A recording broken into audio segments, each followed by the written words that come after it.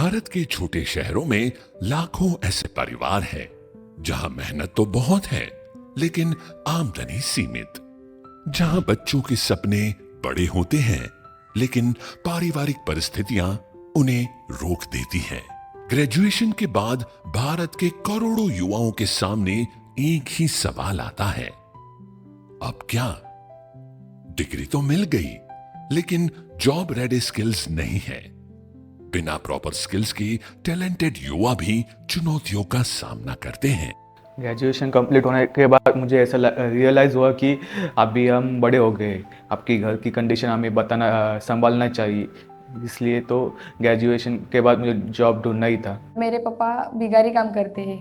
बिगारी काम बोलेगा तो जो मतलब सीमेंट की मशीन जो ऊपर नीचे जाती लिफ्ट रहती है ना, उसमें पापा काम करते हैं। वो भी पापा का काम मतलब फिक्स नहीं रहता है, जब भी हफ्ते में 2 हफ्ते में महीने में ऐसा रहता है मम्मी पापा का काम। और मेरी मम्मी घर काम करती है। मम्मी का कुछ मतलब 2-3 फिक्स मतलब घर है, उनमें मम्मी काम करती है। एंजल वन के CSR इनिशिएटिव के तहत NIIT फाउंडेशन ने एक यूनिक प्रोग्राम शुरू किया। डोंबिवली जैसे सबर्बन एरियाज के युवाओं के लिए ये एक गोल्डन अपॉर्चुनिटी थी। फ्री ट्रेनिंग और प्लेसमेंट का वादा। सिर्फ टेक्निकल स्किल्स नहीं बल्कि कम्युनिकेशन, पर्सनालिटी डेवलपमेंट और कॉन्फिडेंस बिल्डिंग। ये था NIIT फाउंडेशन के होलिस्टिक अप्रोच का असली मतलब। हर स्टूडेंट को इंडस्ट्री रेडी बनाने का उद्देश्य। मेरे को कम्युनिकेशन में थोड़ा प्रॉब्लम आता था, तो इधर आने के बाद मुझे कम्युनिकेशन स्किल में कैसे बात करनी चाहिए, कैसे रहना चाहिए, कैसी बात करनी चाहिए, ये सब पता चला।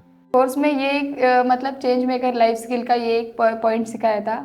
उसमें मुझे मतलब इतना मेरे इसमें डेवलप हुआ है, मेरे मतलब बोलने के तरीके में चाहे या हेल्पिंग नेचर में बहुत मतलब मेरे को पहले सामने वाले से कैसा बात करना ये मुझे पता नहीं था। बट मैंने जब भी BPO NIT फाउंडेशन में ज्वाइनिंग किया ना, तभी मुझे पता चला कि सामने से कैसे रिस्पेक्टफुली बात करना और लोगों की कैसे हेल्प करना, ये मैंने NIT फाउंडेशन सीखी।